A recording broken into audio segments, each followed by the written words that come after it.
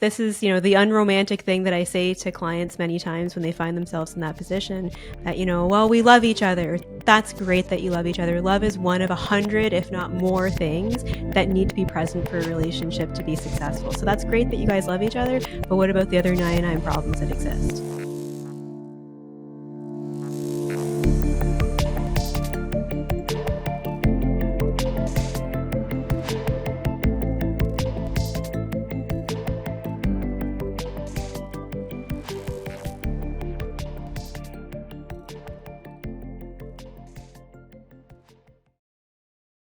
Hello, and welcome to Awake at the Wheel. Today we're going to be discussing modern dating. So we're going to talk about some of the observations that Oren and I have had in our clinical practices as far as the challenges that folks are having with regard to pairing off and finding a mate. So specifically with the younger generation, we've noticed a shift that looks nothing like what has existed in the past, likely because the world looks quite different. Technology is quite different, and that influences dating habits.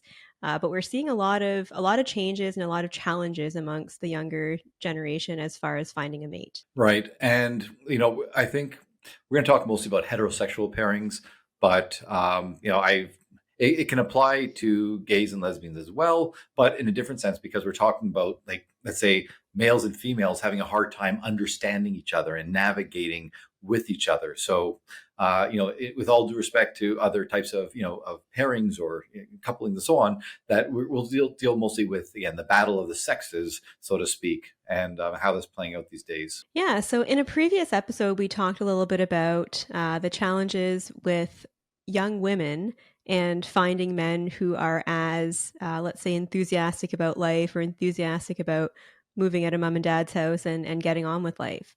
I think that there's some challenges amongst young women as well. One that I've noted is this almost celebration in some ways. And I think it certainly comes from the feminist movement as far as, it's cute or funny to not have any sort of domestic skills or domestic abilities. And I know that that's a challenge that a lot of men face in terms of finding a suitable partner.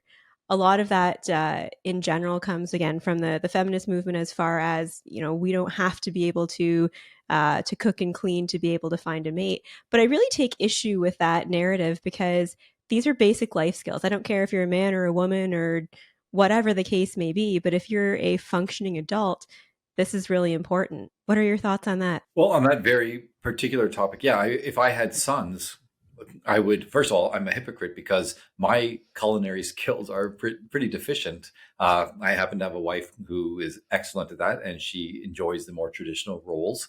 And, and I enjoy the role, I do my part as well, but that's her domain. And so, so I'm a bit of a hypocrite in that way. But I would be telling my sons, that you want to be able to do that because whether it's the health benefits or it's much cheaper to learn how to cook than to be eating out every day kind of thing. So I agree with that. And the fact that, as you're saying, that it kind of stems from, I think, let's say an unhealthy perspective on feminism. It's not that that's all that you have to offer. It's, but if you are able to do that, whether male or female, in fact, right, that's an added bonus. And I hear so many women who are saying, and we see this, by the way, on the internet all the time now, where they are making certain demands. And I'm not blaming women. I'm just saying that we see, women not wanting to adopt certain traditional roles, yet they expect the man to do certain things that are associated with traditional male roles, like paying for things and everything like that. So you can't have it both ways. Mm-hmm. I see a lot of, I've used this term before, I'm using it colloquially, but I'm seeing a lot of narcissism on both sides, males and females. But that's something I think we're going to be talking about in this discussion, how this narcissism, this I deserve the best, I deserve everything, and I don't have to, I don't have to do my part. I don't have to reciprocate. It's all me, me, me. And very few people will admit that. They go, no, come on, people don't say that. They don't think that. But the reality is, this is what I'm seeing in my clinical practice. This is what I'm hearing from my students, that there is that to some degree, that mentality. And embarrassingly, admittedly, I bought into that nonsense narrative early on too. I've mentioned before that my husband and I have been together for 20 years. So in my early 20s, I kind of had that bullshit attitude of, well, I'm going to focus on my career. I don't have to do any of these things. And when we first got married, I didn't cook, I didn't clean, I didn't do any of those things. But like you said, I had the expectation that he do all the things that are traditionally expected of a man. The turning point for me was when we had our kid and I was on maternity leave. Still didn't cook and didn't do anything of the sort, but it felt completely ridiculous. So I had a moment of, okay, so I'm at home all day taking care of our baby. He's at work all day long, and I'm expecting him to come home and cook. That's stupid. That's ridiculous. Again, you can't have it both ways. So that was kind of a point where I had a real realization of, well, there's something wrong with the message that's being sent to young women as far as this entitlement, frankly. Right, and the entitlement. So I'll say something along around that entitlement, and it's a perfect word.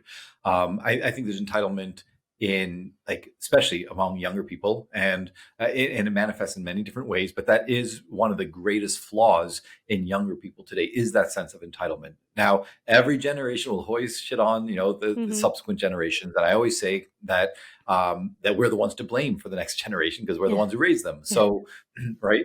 Um, but this entitlement, I may have said it before, but I am seeing more and more young men. Sometimes they are what would be called simps. Okay, they're just desperately, they'll do anything for a woman who doesn't even care for them. Okay, but all the way up to the greatest of players, where they've said, and again, I may have said this before, but they are dumbfounded. The woman acts with a certain entitlement, or just almost abusive, whether it's emotionally abusive, manipulative, whatever else. And when the guy calls her out on it, and not in a rude way, but just asserts his needs, expresses his feelings, and everything like that.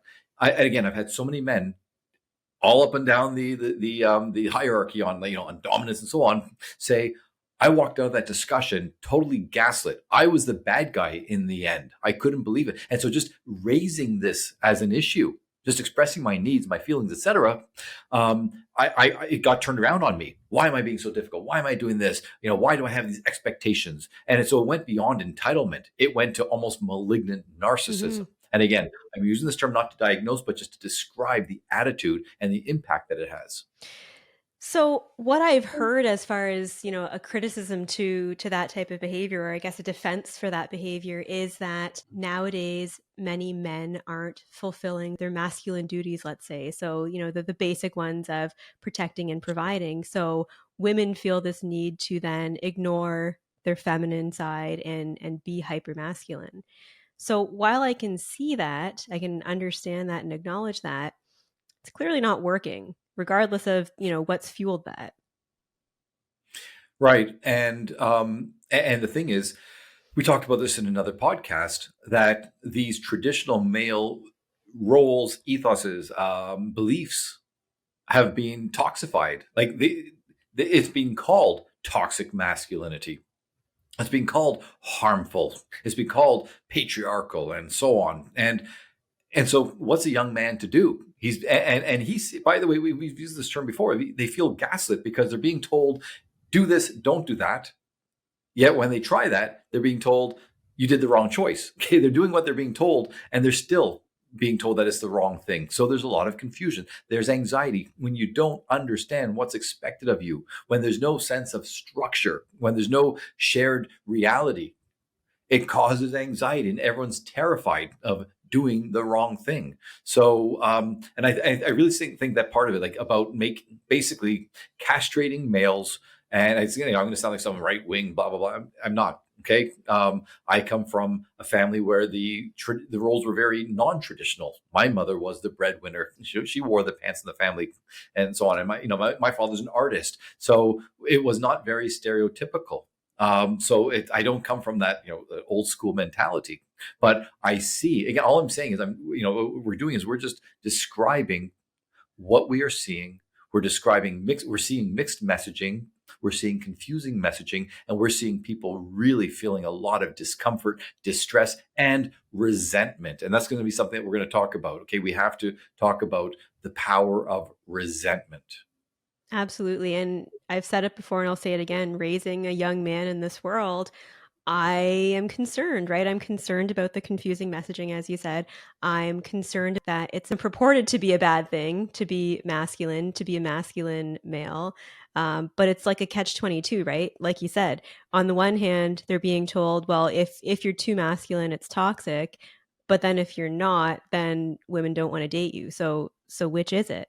Um, and that has, I think, in many ways led to this MGTOW movement, men going their own way, right? They have this attitude that, well, women. I think it's basically, and correct me if I'm wrong, women suck. They don't like me. I don't like them. So I'm just gonna, live my life on my own. And I don't know if it ties into contributing to asexuality in any way, or what that's all about. I don't know enough about the topic, but I do know that that's one of the results of all of this. And beyond that, and we touched upon this when we talked about the Andrew in the Andrew Tate episode, where a few things. So one, it's not just women suck, blah blah, but they're going to use me for everything they can get from me, and all they have to do is marry me, and the next thing I know, they got 50% of my soul, okay, of my finances, of everything else like that. That the court systems are rigged against me, and basically I'm being told that, or women are being told that my only value is whatever it happens to be.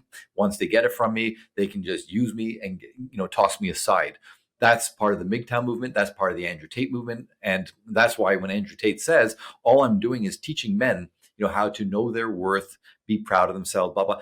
There's value in that, but the problem is, and I won't go into it again. People can watch the episode, Mm-hmm. but it's not just about knowing your worth, and it's not just about being able to present yourself with pride and so on and so on. It's a battle basically Yeah. that has to come at a cost. You have to dominate, you have to do this and that. So and most people, we talked about that before, most people don't have the wherewithal to be able to filter out the toxic parts or the whatever, and to recognize, okay, here's the healthy message in all of this. Okay, a lot of people go for the cheap, the simple, the gratifying, and that's not the healthy messaging. So if there's anything good from what Andrew Tate is saying, and there are some good things, people are either not hearing that, or they're hearing that, but it's couched within all this toxicity. So, but they're saying, who else is speaking up for us? Well, Jordan Peterson spoke up for young men, okay, and people even call that toxic, even though I think he took the most I don't know, either benign or neutral approach to describing positive male attributes, and even that was described as as a terrible patriarchal blah blah blah just harm to society. Yeah, so as far as like where this is all coming from, I'm having a hard time kind of tracing back like when it changed and why it changed. So um again, I'm blaming the feminist movement for a lot of things, and I think that that's certainly part of it. Parenting obviously is another part of it, but as far as men not being masculine, and therefore I keep saying the old trope of they're living in their parents' basement. They're not ambitious. They're not wanting to work or educate themselves. What's up with that? Well, so yeah, what is? So there's a few things. One, that's first of all, that's what they're seeing from a lot of their peers, whether it's real life peers or their peers online. Okay, that it's an easy way out. It's hedonistic. It's we talked about this in another episode. It's the inability to delay gratification.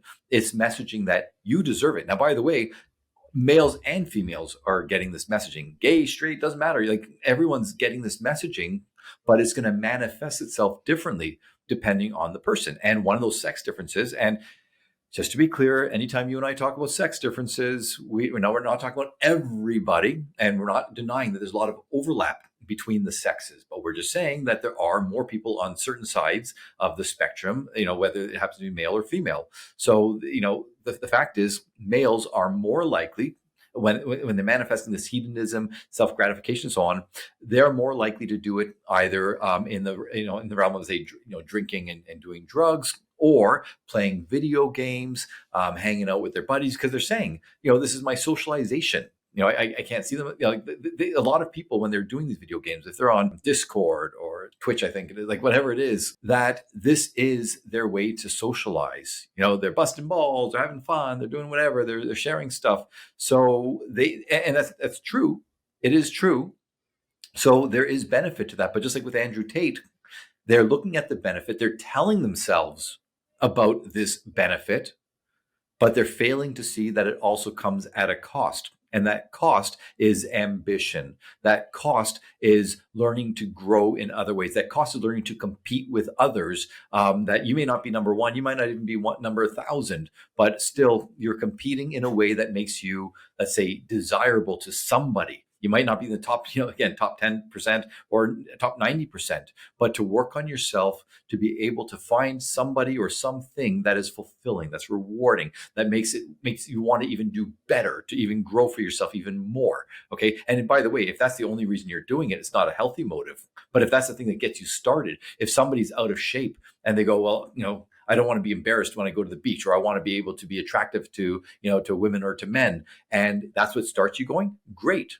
That's the first step. And then learn to be able to internalize that, to say, actually, this benefits me in other ways as well. And, and improving one area of my life is going to help me. It's going to help kind of propel me in other areas as well. That's a fact. So what I'm saying is, all the stuff that we're talking about, it can be interpreted and played out either in a harmful, negative, or a positive way. And I try to help patients, to change their narrative so that it goes from the negative to the positive. And I get lost in the weeds here, so I'm going to stop right there. But but again, this idea of what you're saying, like what's happening with the men, like really. And by the way, going back to what we were saying earlier, it's a cheap excuse. It's a rationalization. And I want to be clear, we've talked about this before. When I say rationalization, I mean making excuses for why you do or don't do something. Okay. And so when they say, look, 99% of the women are going after 1% of the guys, so what chance do I have? Okay. Or women are this and that, so why even bother? That's an excuse. Is it tough? Yes. Is it tougher than before? Yes. Is it discouraging? Is it upsetting? Is it a toxic minefield of, dating and so on? Yes.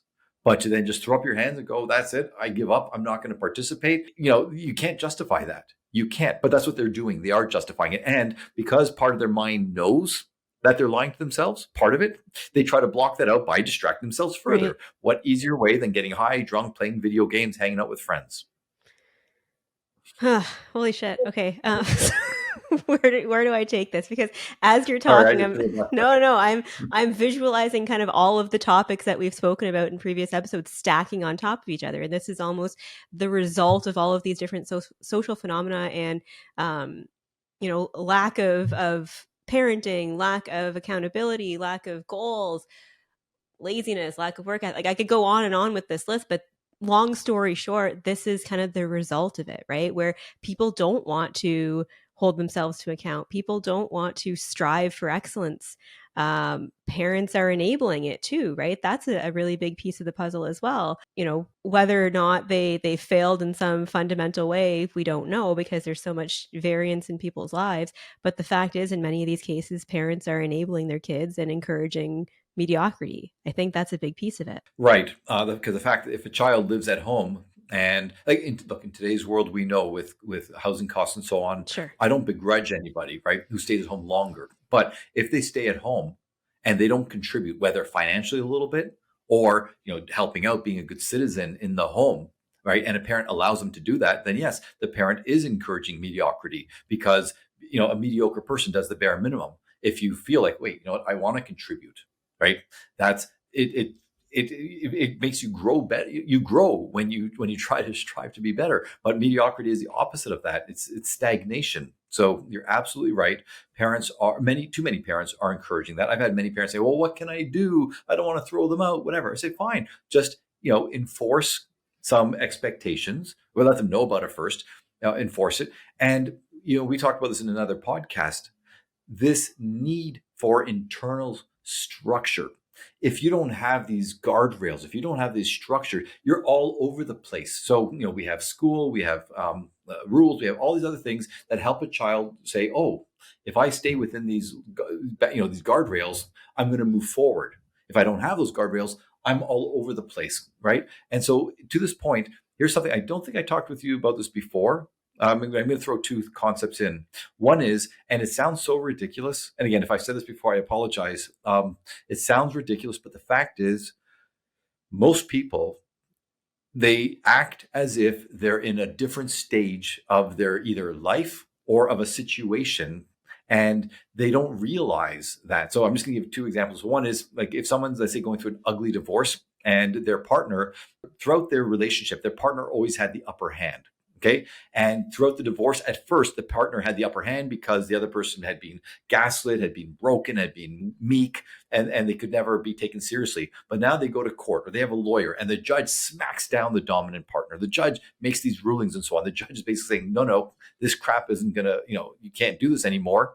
And the parent or the partner, the ex-partner who was on the lower end, the submissive person, the one who was always, taken advantage of, well, I've told them, I said, no, no, you have the upper hand now, right? I'm not saying to be a tyrant, but act that way. But they're still acting like that meek person who no one's ever going to believe, who has no credibility and so on, because that's what they learn to live with. Okay. So even though the times have changed, even though family members, friends, the kids, the courts, the lawyers, everybody recognizes that and they are in the driver's seat, they're not acting that way. So that's just one example.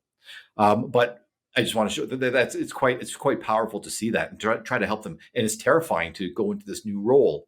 But to your point and to our point that we're talking about, and again, I may have said this before, but so many young men in their late 20s to early 30s, even if they have a good job, even if they're making lots of money, they're still acting as if they're in college. Mm-hmm. They still don't mind having a roommate, right? As opposed to a partner, a live-in partner. They still don't mind, again, like living like a frat boy, right? Even though they're 5, 10, even sometimes 15 years beyond that. So they're still stuck in that old mentality. So a lot of people, they don't recognize, again, intellectually, you tell them, they go, well, obviously, but they didn't live as if they are in this next stage. So I said there were 2 points. The second point is, and again, I can't remember if I said this before, but most people, like in a previous podcast, most people, they look at age, they look at the big zeros, 20, 30, 40, 50. Okay. They might even go 20, 25, 30, 35. Okay. But I tell people that's the wrong way to look at age brackets. I say, I start with 18. I do 5-year increments. So 18 to 23, 23 to 28, 28, 33, and so on. Because I say for a woman, I'll ask you, Malini, what does 30 for most women, what when they think of the big 30, what either fear or thought comes to their mind? Oh, I'm getting old and I'm not going to have children. And it's a Bingo. crisis for a lot of women. Right. Okay. The children part. Exactly. Right. Because that's one of the few things in life where there's a solid window that closes. There's a few exceptions, but for the most part, Yeah. right, we're talking 40 is the maximum, right? So 30, but no, I've never met a woman who, once they hit 30, they go, oh my God, blah, blah. A few years before that, they see 30 coming. So Mm-hmm. they're already thinking about that. They're projecting into this future, this dystopian childless future. So that's why I say with my age practice, starting from 18, 18, 23, 23 to 28, okay, 28 to 33.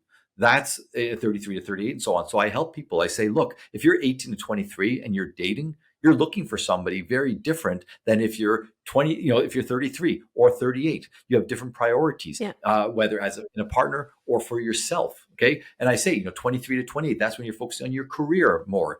You're also trying to find a partner who might be suitable, maybe depending on where in that 23 to, okay. So I tell people, think of it that way. And if you're in a relationship, especially let's say you started seeing your partner at the age of, let's say 19 or 20, you're in that 18 to 23 bracket. Now you guys are like 30. You've gone through several different brackets, and maybe one of you is acting in accord with those different brackets with regard to the relationship, thinking about, the future, a house and so on, or your career or your personal growth. Okay. And the other person might still be stuck in the previous brackets. Yeah. Right. So when I talk with those brackets, when I tell that to people, they go, oh, wow. It gives us the same language we can use, and it helps us understand, like, where are we? Because in the different brackets, we have different expectations, different needs, different agendas. Absolutely. And I want to just quickly go back to something I said earlier because I don't want anyone to misconstrue my meaning, because I completely acknowledge that in different contexts, living at home is different, right? With the South Asian community and the Asian community in general, staying home until you're Right. married is totally normal. So I don't want to diminish that custom. But, to the points that you just made, it's more so about this feeling of learned helplessness of, well, there's nothing I can do. So I'm just going to live at home and block it all out with, video games and drinking and being a frat boy and so on and so forth. Um, But to the point of, yeah, looking at different age brackets as far as, what people want in those age brackets, I think that that's a huge contributor to a lot of younger relationships breaking up. Right? Because at 18, for example, maybe they want the same thing, but at 22, 25, priorities change, priorities shift. And, unfortunately, I see it a lot, and I'm sure you see it a lot in our practices. Yeah, exactly. And it's, people again, they know it, but sometimes they don't have the language for it. Sometimes they don't know how to, to frame it. Sometimes they want to give their partner the benefit of the doubt, or more likely, they're afraid to look at the reality of what's facing them. And so a lot of people, again, it's more women. Very, very rarely have I seen the man who's willing to go, like who's prepared to go ahead, and the woman is not. Now I'm talking the earlier years. Maybe in your 40s or 50s, it might be different, but in the earlier ages, very rarely have I don't know if I have ever seen where, actually I have seen a few times where the man's like, okay, let's do it. So And the woman's kind I'm going of, to interject here. This is I'm surprised at how much personal stuff I'm divulging today. But early in my and my husband's relationship, we actually did break up briefly for that reason, because he was ready to move forward with things, and I'm like, I don't want kids, I don't want to get married, I don't want any of that crap. Whereas he's like, well, that's a really important value of mine. So if that's not going to work for you, then we have to have a different discussion. So it's rare, but since you mentioned it, I feel it's important for me to point that out. and that's what I love about when we're talking is, we're being transparent, we're being honest, we're being vulnerable, right? Yeah, Because we're not just talking about this as an abstract, esoteric concept. These are real things, and they affect all of us, in yeah, some way yeah. at the time. So yeah, I appreciate you sharing that. So yes, so the age brackets, the different needs, and so on, and where is the person at the stage of life? And what, by the way, the thing is, we again, I say this, I've said this in previous episodes. My favorite definition of love is the feeling that your partner's got your back no matter what, because that gives you a sense of security. Well, security is great, but another thing that people want, if they can't get security, is comfort. And so if a guy is living at home, again, it can be a woman, but it's usually the guy living at home. His mom's doing his laundry. She's paying, the mom or dad are paying the bills and so on. They get dinner made for them. They don't have to worry about so many different things that you do when you move out on your own, or when you live with a partner, and you have to be independent, right? That's comfort. So I've worked with many women, and I've told them, I say, here's what's really sad. I say, and this is building something I want to talk about earlier. This talk about afterwards. Okay, another conceptualization. Okay, but I say the sad thing is your partner will resent you for dragging him out of the comfort of his comfy little bed, Hmm. with everything made and so on, right? And even though I'm saying comfy bed, the point is the metaphor. The fact is, being at home gives them a sense of security, even if they don't like being at home.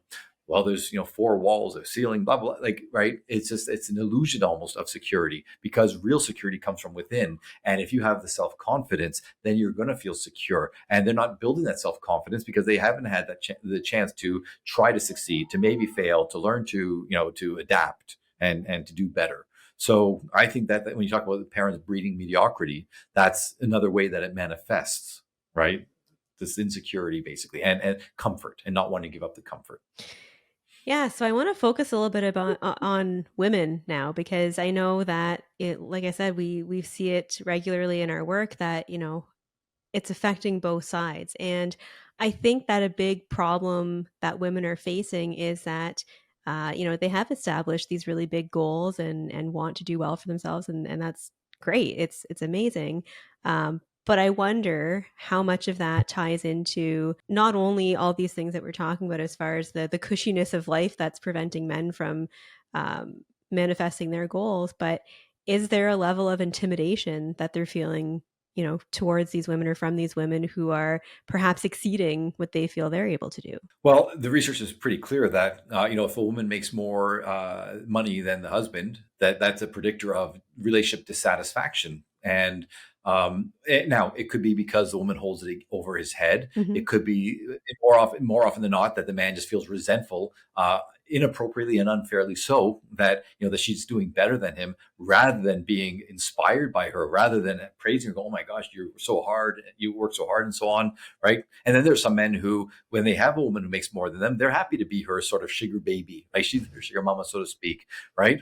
Which goes against the kind of the masculine thinking, right? To let a woman take care of him. So, and even in those cases, there's a part of his mind, whether conscious or unconscious, that's sort of saying this isn't quite right. Not because it's male female roles, but rather when you kind of give in to somebody else, when you let them take care of you, and they're not your parent and you're not a child, part of the mind, not for everybody, for most people who have any sense of ambition, right? It doesn't resonate. It's what's the right word here? It rings untrue, and they feel a bit off because they might not be aware of it. It's probably They don't know highlighting their what's wrong. insecurity, though, I would think. Well, yes, I mean, and if they're aware of it, then it's even worse. Okay, and then they lash out at their partner, or they withdraw from their partner, or they make themselves the victim, and and maybe the partner, maybe she's doing is asking to help out a little bit. Okay, but in his mind, because he can't justify being a slug, he Mm-hmm. has to say, "Oh, she's always trying to control me, or she's a ball breaker, or something like that." The power of the mind, the ability to lie to ourselves and to distort reality in a self-serving way, right, can never be overstated. Now, can I just, Malini, do you mind if I just sort of, because I talked about a few times about this resentment and this other model, and Yes. I don't think I've talked about it before, Yep. but if I have, I guess it's worth hearing again. So, first of all, I'm going to bring in the Plinko board. I'm not sure if I've done this before, from The Price is Right. And for those of you who watch Stranger Things, in the last season, 11 would play this game where you put a disc at the top of the board, and there's all these pegs, and it goes bump, bump, bump, and it falls down to slots, into various slots. And I use the Plinko board analogy when I say if we're discussing something, and whether it's a problem or a need or something else like that, I say what you're talking about is a peg at the top here. It's not the most profound or the deepest pattern or phenomenon that we're dealing with. I go, let's look at the bottom slot. Okay. And so resentment. So there's two things I want to talk about. So number one is the resentment. I say there's no way, I think I've said this before in a previous podcast, you cannot fix a relationship or make a relationship better without dealing with the underlying resentment, because it's toxic. I call it relationship cancer. It eats away at you and at the relationship. And I'm pretty sure I've talked about it before, but just very quickly, I think it's worth saying that resentment, basically it means I feel you've wronged me somehow and I'm upset about it. And because I feel you've wronged me, my primate DNA tells me to get back at you. Right. So if you've never addressed it, I'm going to get back at you in a plethora of ways, some of which I'm not even aware of because I'm not even aware of my resentment. And so I tell couples all the time, or family members, everybody, I say, look at the resentment in any type of relationship you have. Either talk about it with the other person, or at least acknowledge it in yourself, and understand that resentment is often often unconscious, often unfair, and irrational. Okay. So I just want people to understand that. And I help people understand that that's all it is. It's just, again, I feel for whatever reason, even if it's irrational, unfair, etc., I feel wronged somehow. So I need this to get back at you. So that's number one. Number two, the second model I want to talk about, and I don't think I've talked about this before. I came up with this years ago, or sorry, not that, maybe about a year ago or so. I saw it happening all the time, but I just kind of, formalized it last year, where I realized that when I talk with couples and everything, when I look at the source of insecurity and or resentment, and insecurity is a peg that leads to the resentment. Okay.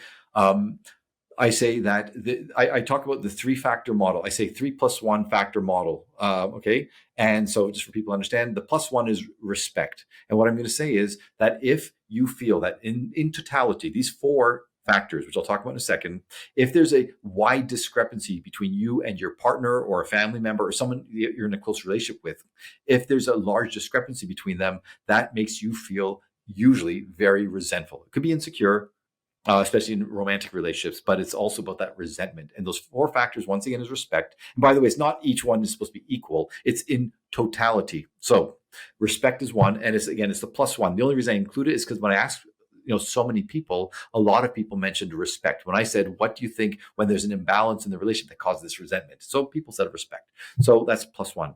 But the other 3, these are bottom slots. So everything that you talk about in a relationship can be a peg. Here's the 3 slots. I talk about investment. Okay. So what you do for the person and for the relationship, commitment, how committed you are to the person, to the relationship, and the flip side of investment, which is sacrifice. Okay. And so when I talk about those 3 things, I say with a sacrifice, for example, if there's 2 people who are working, and then let's say the mom gets pregnant and she takes the year off to take care of the child, or dad takes paternity leave, mom goes back to work, you could call that a sacrifice, that you've sacrificed your job your sense of self that goes with being at work and all the things that go along with it, right? Or you can look at it as an investment in the family, in the relationship, right? So I try to shift, if it's possible, if it makes sense, to go from the sacrifice to the investment. But for sometimes they go, no, no, it's a sacrifice. There's no other Hmm. way to deny it or to frame it, right? So when people feel I've given up so much or I've done so much for the other person or for the relationship, and the other person is not reciprocating, how else can you feel but resentment? So I tell people that, I say, so all the stuff that you guys are talking about, those are all pegs. Try to look at this again: investment, sacrifice, commitment, and respect. See if you, and it's never going to be perfect, but if the bands don't, overlap at all, you're going to really feel that. And so I say, look, it's not a perfect model, but it's a great starting point. And the two, it's a common language. You and I've talked about this before. It's like having a language that both parties can share so that we know we're talking about the same thing. And to me, again, because they're so fundamental, just like with resentment, you have to be able to deal with that, because anything else up here, these pegs, these are not what sustain a relationship. These are not what heals a relationship. These are not what help you go forward. You got to deal with the bottom slots. So I threw a lot of that at you there. Yeah, so to tie that back to the main topic at hand here, I think that one of the challenges or one of the things that is missing amongst young people looking for a mate is strong communication, the ability to strongly communicate, what are those resentments? What are those areas where you feel that you've unfairly sacrificed?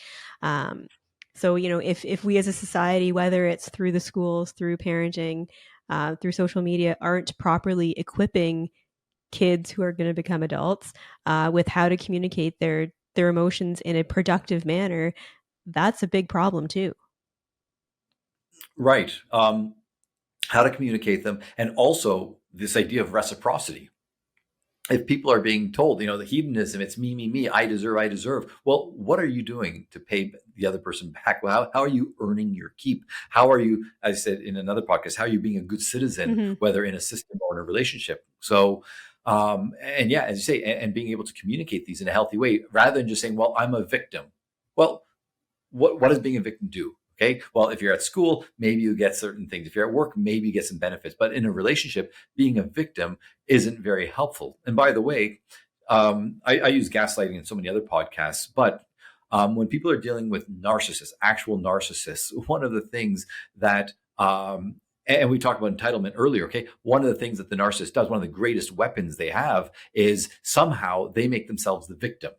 So when I talked earlier about what a guy feels that he's being misused or abused or mistreated, disrespected by this female friend or partner, and he brings it up, and suddenly in the end he's the bad guy, he's the abusive one, right? She's the victim here, right? So always be mindful of that, because you're not it's so insidious.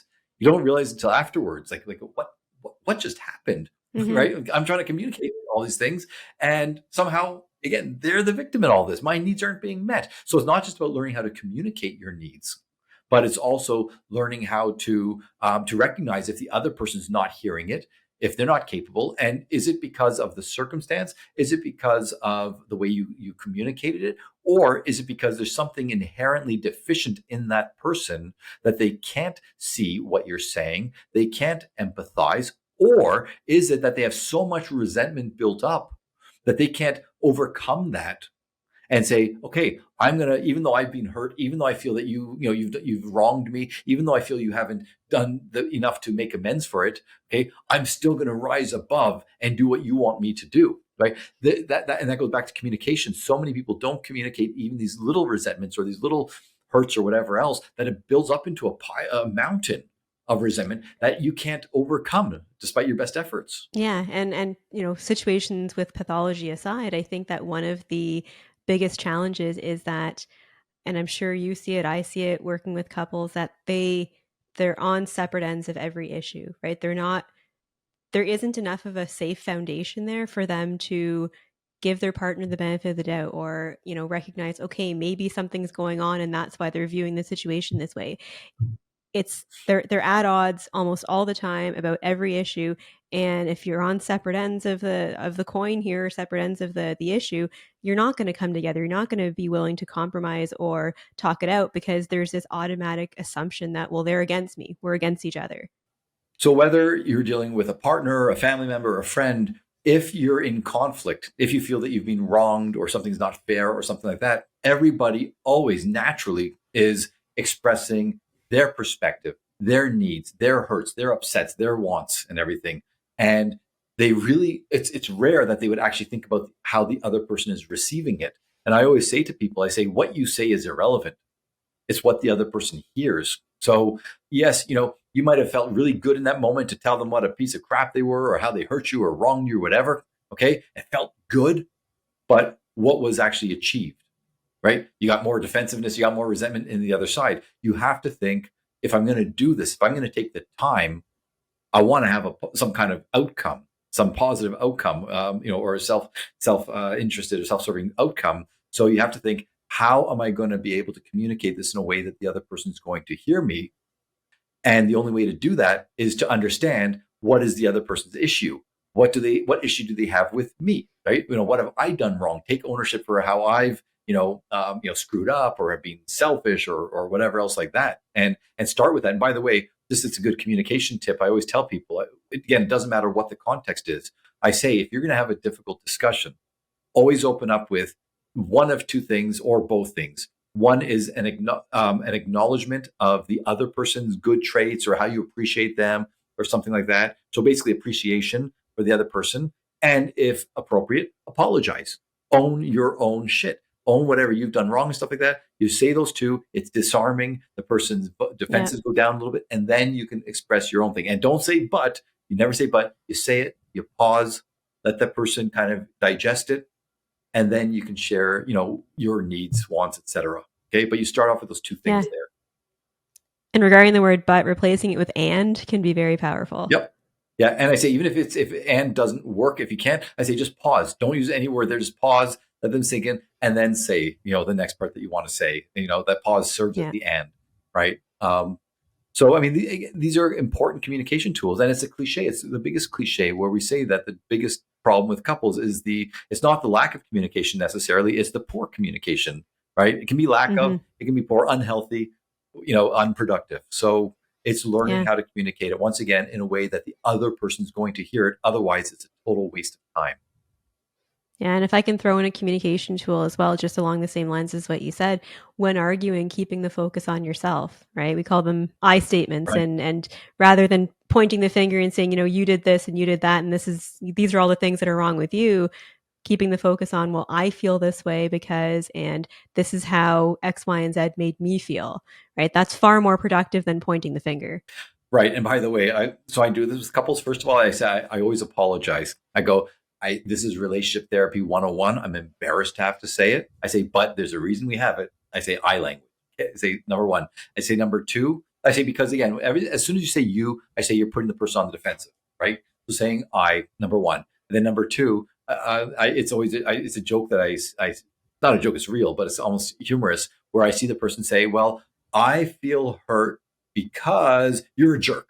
Okay. Or I feel hurt when you blah, blah, blah, blah, blah, blah, blah, blah, right? And so that's not productive. Right. And I find people how they try to work around, they work. Anyways, the point is absolutely right. You want to do the I and everything like that. And just, that's why I say to people, try, again, it doesn't have to be a couple. It can be even at work or something. I say, try to avoid, try to use passive statements, like it was said or blah, blah, again, because you're trying to soften the blow of whatever you're Yeah, saying. And if some people say, no, you should be direct, yeah, you can be as direct and forthright as you want. But if the other person's hearing that as an attack, what kind of progress are you going to make? If someone's being attacked, either they run, they shut down, they get defensive, or they fight back. exactly. Yeah. So I feel that, perhaps some young listeners may think, well, I'm back at square one. This is hopeless. This is way too much to implement. But, as is typical for us, I think focusing a little bit of our time on what people can do about this is really important. So, with regard to relationships, whether they are romantic relationships or friendships or business partnerships, whatever the case may be, it is so vitally important to focus on what you're doing and what you're bringing to the table rather than, searching around for the perfect friend, the perfect partner, the perfect mate, whatever the case may be.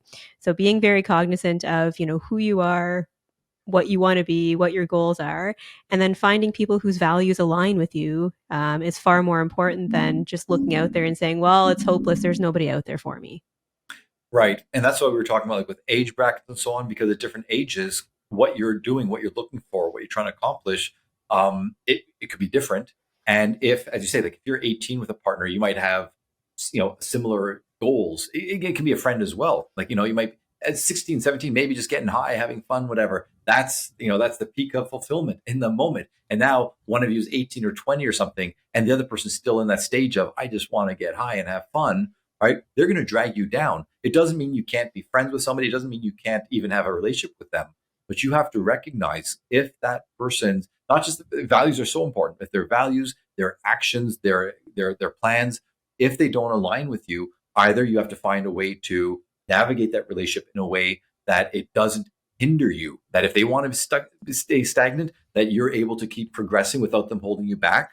Or sometimes, unfortunately, you have to, kind of either jettison this waste, or you have to remove yourself, or find other avenues. You have to find people and situations that are going to inspire you. If you can't generate that in yourself, then you find other people who are going to, again, inspire you to do these things. Because as with all other animals, humans are meant to self-actualize. We're meant to be as good as we can be. Problem is, unlike other animals, we have all these psychological issues and all these historical factors that prevent us sometimes from, again, from either having that ambition or actualizing it. There's a lot that impedes us.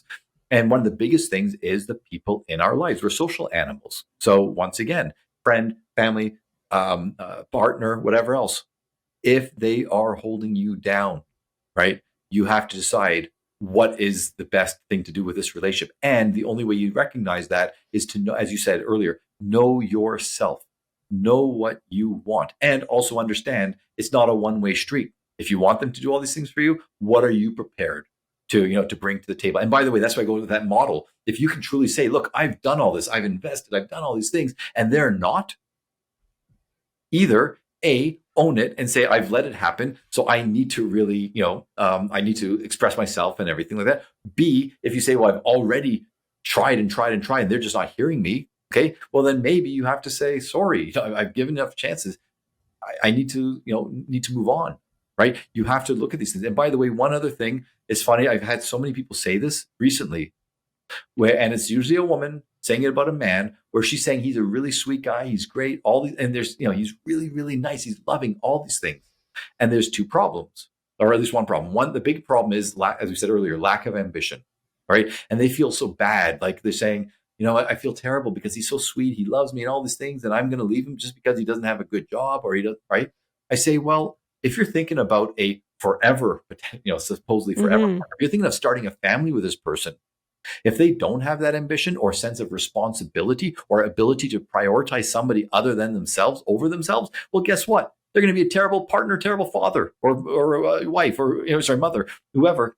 If you're thinking of having a family with somebody, you need to believe that that person's going to be your partner, not another child that you have to take care of. So I say these are not bad things to expect of a partner, because again, it's a reflection of how they're going to be later on. And by the way, when people say, "Oh, I know he's going to be a great father," why? Well, because he loves playing with his nephews and whatever. Well, that's playing with them. He might be a great playmate, but he might not be the best father. Okay. And then the final point that I was going to say about that, where they say, and I always distress the person when I say this at first, but there's a reason. Okay. They say, I'm never going to find somebody who loves me as much as, let's say, Bob. And I say, you know what? You're probably right. He will not, you'll never find somebody, based on what you told me. I don't think anybody's ever going to love you as much as Bob loves you. Yeah, I say that. And they're like, but you're, but we're talking about me leaving him. So, oh my, and they get freaked out. I go, yeah, well, I'm using the word love like you're using the word love, but I don't see love in this case. I say what I see. That's not love. That's overdependence. That's fear of losing you. Okay. That's not love. Okay, now it might be correlate. There may be some love there, but I say that's what you have to really look. And I've blown people's minds when I say that. It's so simple, but when they think of it that way, that when the person goes, "Oh, don't leave me," blah blah blah, I say if they really love you, I say if they truly truly love you, you know what they'll do? They'll step up. Mm-hmm. Okay, That's desperation. That's not love that exactly. pretends Thanks. to. Yeah, I go exactly. That's what it is. And they say, well, what if they're just not capable of blah blah? I say, well, fine. Then again, think about your future. As 18 years old, if they're not capable of doing these things 10 years down the road, that's fine when you're 18. But 10 years down the road, when you need them, right? Hmm. Yeah, if this is something inherent to them, if they just lack in these abilities or in the motivation to do it, I say, you're going to look back in your life and go, my gosh, I made a terrible mistake. Okay. You're young Yeah. now, make the decision, the best one. And you and I actually, we talked about this, a previous episode about knowing what you want, etc. So Yeah. obviously there's overlap in some of these things, but, and Sure. by the way, for another episode, we won't do it this time, but we do have to talk about the realities of the difficulty for young people of dating in the age of, of apps, of, of how difficult that makes things, of how people, like that the most common type of early relationship is one that's not built on trust and fidelity, but basically saying, if I'm starting to date you, I know there's like 10 other people or 5 other people on your roster that I'm competing with at the same time. This is not like, Not to mention, it's based on the facade that they put out there. right, exactly. And so you never get a chance. It's very hard to get a chance of seeing the person who they really, really are. And we can talk about that in another episode about how to navigate that in a way that doesn't make you look needy or clingy or desperate, but rather saying, okay, we've had this many dates. Where do we go from here? Not being afraid to Yeah. discuss that and just saying, I'm not being needy. I'm being a responsible, self-efficacious individual. Yeah, and I want to add to the really great point that you made as far as, um, you know, people say, well, I can't leave this person because I feel guilty. And two things I want to say about that. It's not selfish to look at, what's in your best interest for your life long term. That's not selfish. It's not rude. It's not mean. It's the reality of the situation. And secondly, this is, the unromantic thing that I say to clients many times when they find themselves in that position that, well, we love each other. That's great that you love each other. Love is one of 100, if not more, things that need to be present for a relationship to be successful. So that's great that you guys love each other. But what about the other 99 problems that exist? Exactly. Exactly. Now, just very quickly, whenever somebody is afraid to leave a relationship, and I say, well, why not? And they go, because the person will be devastated or blah, blah. I say, that's the biggest red flag. Okay. When you're not leaving out of guilt, not leaving because of Yeah. loyalty or whatever, that's one thing. Okay. You're not wanting to hurt the other person. That's fine. But if it's just guilt, I say, you're not their, you're their keeper. If you're going to leave them behind, well, let them learn from that experience. Otherwise, they're just going to keep dragging you down. Okay, number one. And then number two, the selfish, right? It's not self. I tell people there's selfish, which is the worst. And well, it can be worse, but selfish. And then there's self interest. And all humans, Yes. all animals were all self interested. And the difference is self interest is taking care of yourself. Selfish is taking care of doing something for yourself without caring about the impact on others. So if you're self-interested, but you are concerned about the impact and you're doing everything you can, but you realize it's just not workable, right? That's not being selfish. That's being self-interested, and that's not so bad. There's go self-interest, then self-serving. Okay. And again, self-serving can be selfish at times, but it doesn't have to be, as long as you commit to trying not to harm the other person. But if the other person makes it impossible not to harm them because they don't have their act together, because they can't live without you, because they're desperate to be with you, because they can't do it on their own, that's not on you. That's not your burden to bear. And you and I have talked about this before, especially you, about the, like, even more so than I, about the, if you get into a relationship, you're committing to it. Yes. If you've made a permanent commitment, if it's a marriage, if it's a long-term thing, if you have children, that's one thing. But we're talking about earlier on in a relationship, or even a long-term relationship that hasn't gone to the next stage yet, right? Then that's, again, if that person can't commit sufficiently, because as I said, with the plinko, with these pegs here, if someone says, oh, I'm so committed to you, well, what are you willing to do to show that commitment? Hmm. Words Yeah. are not commitment. Actions are Right. You're commitment. not demonstrating that. If you're just saying it. And yeah, as far as the commitment aspect, absolutely. When people are dating or even the early stages of a longer term relationship, um, not to be, not to suggest that people should be careless in any way, but not at all. But the whole point of dating is to test the waters and see what works and what doesn't work. Exactly. And to have the honesty, again, if you know what you want and everything like that, to be honest and go, you know what? It seemed good at the time. Maybe I've invested 1, 2, maybe even 10 years in this relationship.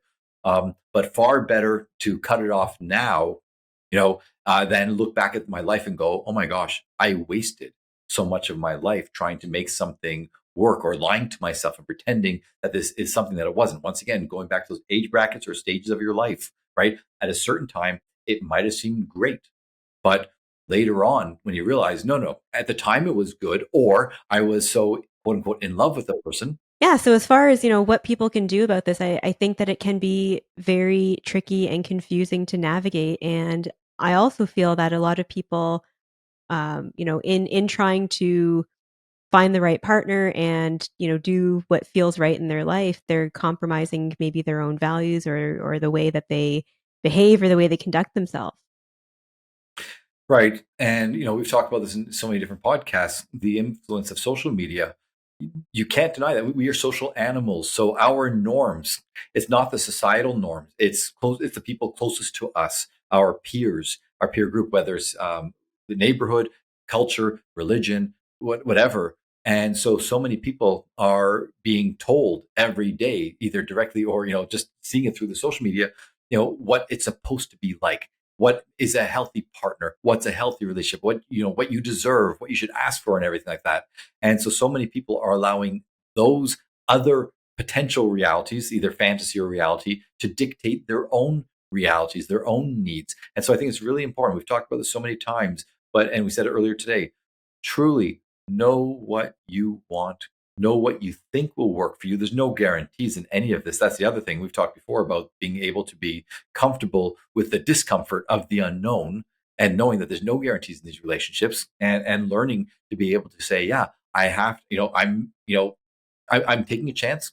I'm maybe sacrificing certain things for this person, like, for example, sacrificing the ability to be with other people, right? Or maybe I'm going to sacrifice living the way that I want to live. Maybe I want to live in a condo and this person wants to live in a house, or I want to live here and do that. Like, whatever the case is, right?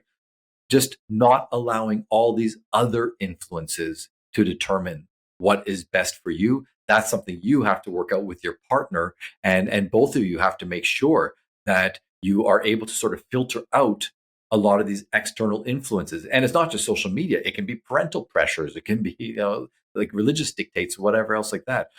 But again, just look, and we've talked before in other podcasts about knowing your intuition, knowing yourself, knowing what is in your best interests. And if something doesn't feel right, well, maybe it's a neurosis, maybe it's a pathology, or maybe there's truly something that's happening that isn't in your best interest, and your spidey sense is going off and telling you, whoa, be careful, be mindful. I guess with that, as always, until next time, keep your eyes on the road and your hands upon the wheel. As much as we love listening to ourselves speak, especially me, we would love to hear from you as well. So our emails are in the description below. If you would please write to us with your questions, feedback, comments, topics that you would like us to cover. We can do this together, the two of us, but it's much better if we do it together. So we look forward to hearing from you, and we are going to have a segment called Rounds Table, where we're going to discuss the feedback and the questions and so on from our audience, and we will take it to the next level. We're going to help you be able to deal with some of these issues that you might be bringing us, or it's going to be a topic for us to explore together. And we really look forward to building a community of like-minded people who want to do right by others, not just for themselves.